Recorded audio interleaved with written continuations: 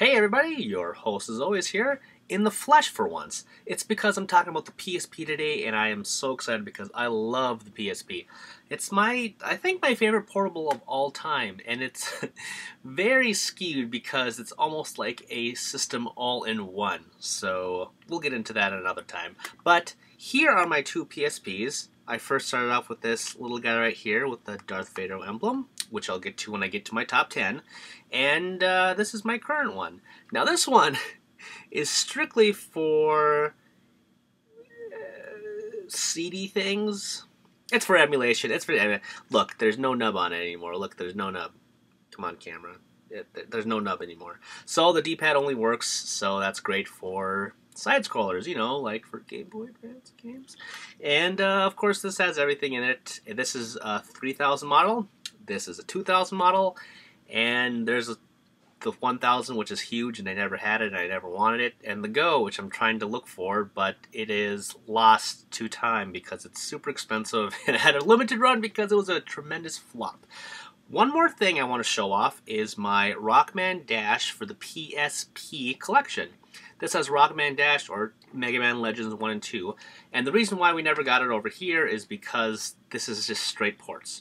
So, that being said, Sony did not want to release a PSP collection that didn't have anything new in the content. Final Fantasy Tactics, Disgaea, all those things, all the ports from PlayStation or PlayStation 2 games, they all had something different that made them unique for the PSP. This did not, so we never got it, and it's very sad. But I bought it anyway. For $80, I think I bought it on Amazon for. Maybe I got ripped off, I don't know. Either way, I just wanted this awesome thing. I mean, look at this. Look at this art. Look at this. Look at Trigger and Roll and all the Japanese. You won't see this in my top 10 because, well, they're just the PlayStation games. So Sony, you win, okay? There's nothing great about that collection besides it just being cool to have it on PSP. Anyway, let me get to the top 10 PSP games. First on my list is Star Wars Battlefront Renegade Squadron. This came out on October 9th, 2007. Now, the PSP, of course, came out in 2005, and I had been waiting a long time to get it. There's a lot of cool games that I was waiting for, anticipating. There was a teased Kingdom Hearts game, there was the Final Fantasy VII Crisis Core, and along with a lot of others. But this is the one that first caught my eye because it came with a special white edition of the PSP with Darth Vader decal and Battlefront. And I loved Battlefront on the PS2, so I thought, this is my moment, so I bought that along with Daxter, and then I bought this RPG called Jean d'Arc. So I bought this thing, and I immediately went back to college, and I set it up in this lobby because I didn't have internet at the time, so I wanted to set everything up. Turned it on, did all the PSP stuff, and then I popped in Renegade Squadron, and I did the tutorial stuff, and it was a little hard to get used to, especially because I've never played a PSP before, so, you know, the button layout was a little weird. Got through that, and then I immediately jumped into a couple missions, and it felt great. And then I played some online matches, which by this point I had not, again, had internet, so I had never really played a lot of multiplayer stuff. And it blew my mind. I was playing against real people in a skirmish match for Capture the Flag, or Capture the Waypoint, I should say. And it was just very cool. It's a very defining moment for buying my system on my birthday. I still like going back to it. The space battles are dumb, but they've always been done, so. Let's move on to number 2, which is Final Fantasy Tactics: The War of the Lions. Keep in mind, this one is a port, of course, of a PS1 classic, but there's a lot of enhanced stuff. There's new characters, you can play as Valkyria, but they also have these awesome illustrated cutscenes that are really cool. Now, the one down part to this game, besides it just still being a classic, with the new text I should mention, because the original text was a very bad translation, and it actually made sense this time around. The worst part is playing it, because there is weird load issues when you play a map. If you use some kind of skill, the game will start to slow down a bit and kind of skip. It's an odd thing to get wrong for this game. Just the load times in general, which, you know, downplays the experience in general, but it's still an awesome game. And to those that never played the PS1 game, this is, you know, the definitive version. despite some smudges, I should say. Now, number 3 here, as I mentioned before, I essentially got the PSP because I liked the way the white one looked, but Crisis Core was only a couple months away. The other compilation Final Fantasy VII games disappointed me, so this one I was hoping that was going to be the one, and it turns out it is. It has cool bite-sized missions, it has materia synth system, Zack is a great character even though you know he's going to die at the end, and you know, learning a lot of backstory for a lot of Shinra characters is pretty cool. There's a lot of dumb ones they added in there as well, like Angel's a dumb name, and having freaking Gakto. You look that guy up because he's a terrible pop idol in Japan, but they added that guy in there. But they, you know, seeing Cloud and Sephiroth and stuff is pretty cool. And all these classic locations, and again, having missions that you could just go on adventures with a really cool battle system that was very confusing at first, because it's an action RPG system that you have like these slots that you can use your magic and items in, but there's also a actual reel going on in the background that can affect your battle to give you boosts or defects or level you up in the middle of battle. Very strange, especially for a Final Fantasy VII game, but again, it is the best in that whole compilation of Final Fantasy VII, which isn't saying much, but it's actually really good game. Same as this next one, Kingdom Hearts Birth by Sleep, a weird name for sure, but it too is actually the best in all the spin-offs past Kingdom Hearts 2. The other games were cool, but this one actually expands on the whole story. It's a prequel to the original game, and you play as Keyblade Masters, or Keyblade Wielders, Terra, Ben, and Aqua, and you go through separate timelines. Each campaign is roughly around 10 to 15 hours in length, and they all kind of crisscross, and it's a really great action RPG system, way better than anything before it. It's the best in the series yet. You have these abilities in the slot reel, you can use your normal attacks, you can dodge and all that stuff, and then you can have like these fusion techniques that give you new attacks, like using a bunch of fire spells will make a flyer slot appear, so you can use like special fire boost kind of limit break essentially. And the story's cool, you get to see new locations that you've never seen before, as well as seeing all the princesses before they get kidnapped, and again, everything leading up into Kingdom Hearts 1, and there's new enemies, and of course there's a new convoluted plot tying everything all together.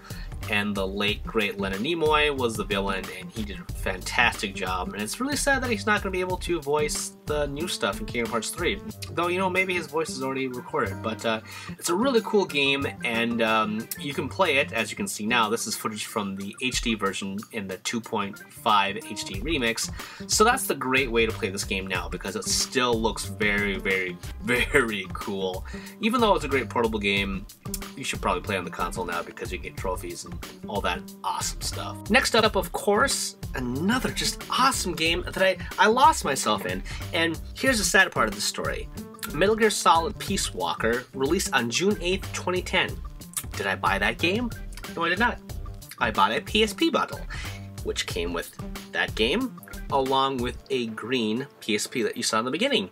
The reason being, well, to make a long story short, it fell off my bunk bed in college, and it broke. And the analog stick didn't work anymore. Everything else was fine except for that. So that's why I turned into an emulation machine, as well as just played PS1 classics from the PSN store. It's great still for that, just not for, you know, PSP games. So I had to get a new one. Anyway, Metal Gear Solid Peace Walker is the sequel to Portable Ops, which was a cool concept for a Metal Gear game that continued the story of Big Boss from Metal Gear Solid 3. But this one, when Kojima was making it, he really thought this was his Metal Gear Solid 5 without actually putting a V or number 5 in there. And while it may not have the big crazy bosses that we're used to in the main series of the Solid games, it did have an addicting gameplay. Small maps, going through quick missions, fighting off hordes of enemies that are stationed around places. You could dart them and put a little balloon in them, and you could recruit them. These recruits could be used in a system that lets you develop weapons. You can even make a Metal Gear. And all these weapons could be taken into a mission. You can equip Snake with different kinds of gear. And it was very RPG-like while still playing like Metal Gear Solid 3. It is so good. And of course this footage, just like Kingdom Hearts Birth by Sleep, is from the HD edition. And in my opinion, it's better as a portable game just because it is kind of like a Pokemon and you're catching soldiers and doing quick missions, but it's so gorgeous on the PS3 as well. Okay, let's move on to Persona 3 next for the PSP. I got this game originally when it came out for the PS2. I didn't like it because you couldn't control all the characters and it was dumb. I liked everything else about it, the social links, the cool high school vibe of talking to people, and living as a Japanese student and kind of getting acquainted with the culture. It's something that I've loved for a long time, playing other RPGs that are set in, medieval settings. This was a nice take. But again, I did not like not being able to control everybody. Then this PSP version came out and fixed a lot of those problems, and then I became hooked as a Persona fan. And I was like, oh, Persona 4 fixed this, and that's why this is based on that. And yeah, I think RPGs are just better as portables, really. I mean, you can't get the graphical prowess as a console, but there's still awesome things to have on the go, especially for this game, because you're just going in dungeons, part of it, and then you can do a quick couple days worth of random activities. You can talk to some friends, go hang out at the mall, do some movie stuff, build your social ranks, and all that stuff. And it's very cool. It's a very girly RPG, and I don't want to take that as a sexist kind of comment, but it is kind of, you really are just kind of playing like a god and controlling this one character's life and having all these love relationships going around. It's very weird to play as an adult, but it's still very, very cool and fun. Next is Valkyria Chronicles 2, the sequel to the PS3 exclusive game. This one stars a military academy and a bunch of students trying to work together, very similar to the concept of Persona. You are kind of do some social linking stuff, kind of, but not really. You're building all these classes for your soldiers, you're ranking them up, doing training missions, doing actual missions to help the war movement. It's pretty cool. It doesn't have that poppy visual style as the PS3 game has, but again, downgrading to a portable system. It's a better RPG for it, but it's not a better looking RPG for it. But to those that don't know what Valkyria Chronicles is, it is a turn-based strategy game, but you move your character and then enemies can shoot at you as you're moving, and then when you actually want to aim at that person, you stop time and you aim your rifle, and you can aim at the body parts that you want, like a headshot will be more damage, a power shot into a tank in its engine will do more damage to it if you do it from behind, stuff like that. So it's pretty cool and kind of a different way on tactical stuff.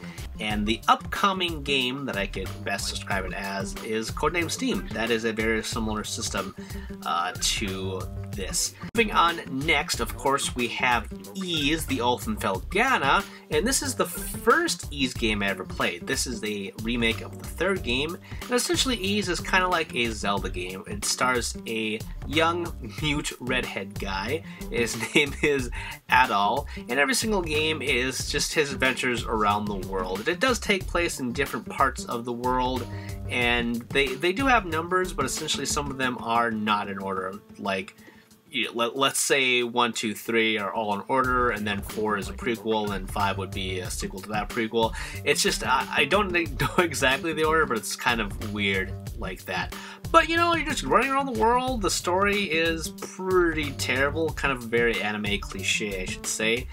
But the upgrade system for all the weapons you gather and the new items that let you go to new places, like you can get a double jump to reach high cliffs, and you get magic, and it's just, again, Zelda. You're slashing bugs, you're slashing warthogs, you're slashing lions, you're slashing all kinds of cool stuff, and it's awesome. It's a very addictive game to just keep on going and going and going, especially because, it's all about the gameplay. There's not a great story, so you just want to keep on going. Another game that wants you want to keep on going is Tactics Ogre Let Us Cling Together.